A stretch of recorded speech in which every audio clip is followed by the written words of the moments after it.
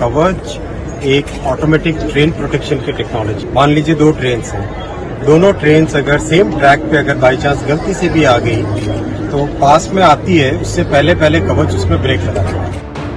একটা সময় এভাবেই ঘটা করে কবচ প্রকল্পের গুরুত্ব বুঝিয়েছিলেন রেলমন্ত্রী অশ্বিনী বৈষ্ণব। আবার 2022 সালের বাজেট প্রস্তাবে কেন্দ্রীয় অর্থমন্ত্রীও শুনিয়েছিলেন রেলের কবচ প্রকল্পের কথা। As a part of Atmanirbhar Bharat, 2000 kilometers of network will be brought under Kavach, the indigenous world-class technology for safety and capacity augmentation in 2022-23. কিন্তু বারবার ফলাও করে কবচের কথা বলা হলেও বাস্তবে কি তার দ্রুত গতিতে বাস্তবায়ন হচ্ছে? রেল সূত্রে দাবি, ভারতে প্রায় 68,000 কিলোমিটার রেলপথের মধ্যে এখনো পর্যন্ত শুধুমাত্র দক্ষিণ মধ্য রেলের 1465 কিলোমিটার ট্র্যাক এবং 139টি ইঞ্জিন কবচের আওতায় আনা হয়েছে। এখনো পর্যন্ত যার মধ্যে নেই বাংলা। তাৎপর্যপূর্ণভাবে অভিশপ্ত কাঞ্চনজঙ্ঘা এক্সপ্রেসে ছিল না দুর্ঘটনা রোধক কবচও। मैम कवच क्या पूर्वोत्तर और पश्चिम बंगाल में कहीं पर भी नहीं है? प्लान्ड है ना, प्लान्ड है, क्योंकि ये अभी जो 3000 किलोमीटर जो इस साल कंप्लीट हो जाएगा उसमें बंगाल भी है, दिल्ली हावड़ा रूट है। 2001 সালে মমতা বন্দ্যোপাধ্যায় রেলমন্ত্রী থাকাকালীন এই কবচ প্রযুক্তির সঙ্গে পরিচিতি ঘটে। তখন শুধুমাত্র লোকোতেই অ্যান্টি কলিশন ডিভাইস বসানোর কথা বলা হয়। পরবর্তীকালে 2020 পর নতুন নামকরণ করা হয় কবচ। অ্যান্টি কলিউশন ডিভাইস আমি যখন রেল মিনিস্টার ছিলাম তখন করেছিলাম এবং এর জন্য আমি কোঙ্কণ রেলওয়েকে কাজে লাগিয়েছিলাম। মুম্বাইতে, গোয়াতে, আমি নিজে মাডগাঁওতে গেছিলাম। সেটা দেখার পরে এটাকে আবিষ্কার করে প্রত্যেকটা ট্রেনে লাগানো হয়েছিল। যদি ড্রাইভারও ঘুমিয়ে পড়ে অ্যালার্ম দেবে, দুটো ট্রেন কাছাকাছি চলে আসলে আটকে দেবে, এরকম নানা রকম সিগন্যালিং সমস্ত। কবচ এমন এক প্রযুক্তি যা দুটো ট্রেনের সংঘর্ষ আটকাতে সক্ষম। একই লাইনের ওপর দুটি ট্রেনের উপস্থিতি নির্দিষ্ট দূরত্ব থেকেই বুঝতে পারে কবচ। সেই অনুযায়ী আগে ভাগে ট্রেনের চালককে সতর্ক করে দেয় এই প্রযুক্তি।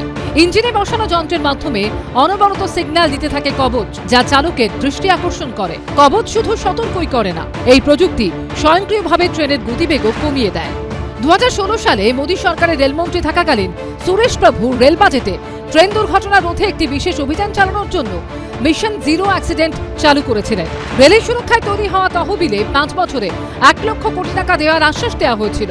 আবার 2022 সালের ডিসেম্বরে রাজ্যসভায় রেলমন্ত্রী অশ্বিনী বৈষ্ণব দাবি করেছিলেন, দক্ষিণ পূর্ব রেলের 1445 রুটে ইতিমধ্যে পর্যায়ক্রমে কবচ কার্যকর হয়েছে। কিন্তু কাঞ্চনজঙ্ঘা এক্সপ্রেসের দুর্ঘটনা আবার চরম বাস্তব সামনে এনে দিল।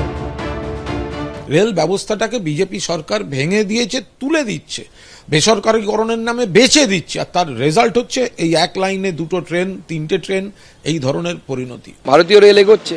আজকে যেমন এরকম একটা ভয়ঙ্কর দুর্ঘটনা ঘটলো, দুঃখজনক ঘটনা ঘটলো, ঠিক সেই একই দিনে আজকে আবার পৃথিবীর সব থেকে উঁচু রেল যে ব্রিজ চেনাবের উপরে, সেখানে আমরা ট্রায়াল রান করলাম।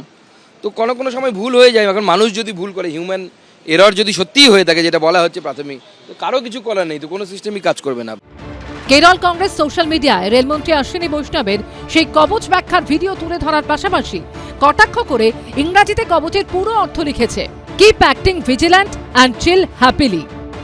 কবচ তো আর আপনার গলায় আমার গলায় যে কবচ মাদুলি থাকে সেই রকম না, টাইম কনজিউমিং ম্যাটার, সময় লাগবে। রেল সূত্রে খবর, 1 কিলোমিটার ট্র্যাকে কবচ বসানোর খরচ 50 লক্ষ টাকা। 2023 সালের বাজেটে রেলের বরাদ্দের পরিমাণ ছিল 2,60,200 কোটি টাকা। এর মধ্যে রেলেরই অন্যান্য খাতে যেমন সিগন্যালিং, লাইন, ব্রেক, এই সমস্ত ক্ষেত্রে দেখানো হয়েছিল 2,45,300 কোটি।